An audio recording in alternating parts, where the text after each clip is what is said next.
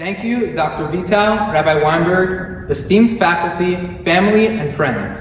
I am honored to have been chosen as a valedictorian and grateful for the opportunity to speak at our graduation. It is truly humbling. I have been privileged to learn from incredible teachers and learn with outstanding students over the past 4 years. Thank you for this honor. In our contemporary world, there is a paradox that is both fascinating and at the same time frightening. On the one hand, we are a society obsessed with the pursuit of happiness. It's a priority that goes back to our founding documents. Everything that we do is motivated by the thought that it will make us happier. And happiness is sought after above all else. Yet, for all our obsession with the pursuit of happiness, we often find that we're just not happy. And compared to the rest of the developed world, happiness is something that our nation is lacking.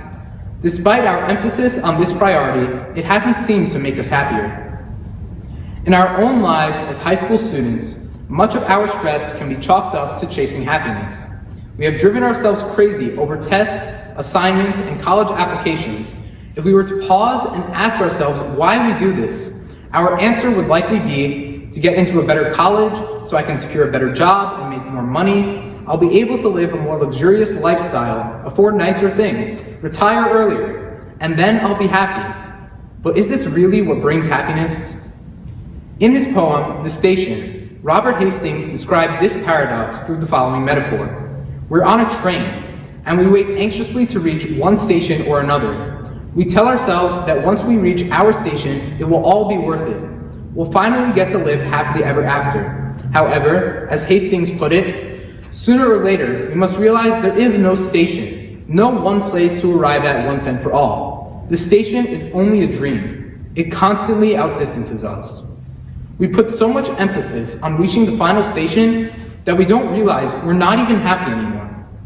If we do realize that we're unhappy, we keep digging ourselves deeper into the ditch because we think that once we finally reach these goals, the stress and anxiety will just disappear, that we'll just wake up one day and finally be happy.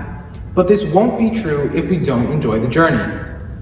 Instead of worrying about reaching the station, it would be better to sit back and relax, look out the window, absorb the scenery, or strike up a conversation with another passenger. Enjoy the trip. The station will come soon enough.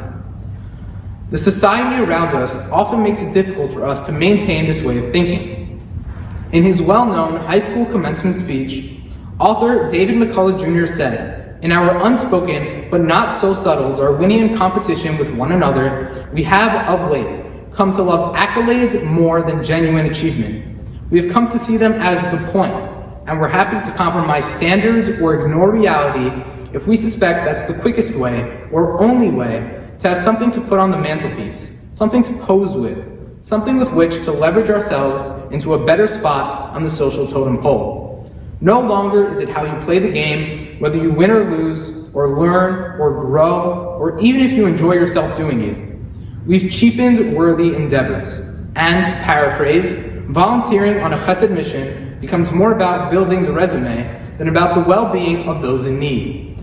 The goal is to view ourselves and to be viewed as among the elite, to have a perceived leg up on the perceived competition. However, he advised, don't bother with work you don't believe in. And if you find that you're having a tough time balancing work and pleasure, then try making your work more pleasurable. An example from my personal life that comes to mind is from my first 2 trips to Israel. I found it difficult to enjoy myself because I was constantly worried about some paper or project or AP until I was reminded to simply pause and take a moment to take it all in. Only then did I begin to truly appreciate where I was. That trip became one of the highlights of my high school career because instead of putting all the focus on the end goal, I finally learned how to cherish the potential happiness right in front of me. This may sound obvious, but it's an easy lesson to forget and difficult to sustain. We set all these goals and dreams, which are good to have, but sometimes we get so distracted that we forget why we're striving for them in the first place, and we miss the point. People often say that life is like a roller coaster because it's full of ups and downs, but I've found that a hike is a more fitting analogy, as the more you push yourself, the higher you will climb.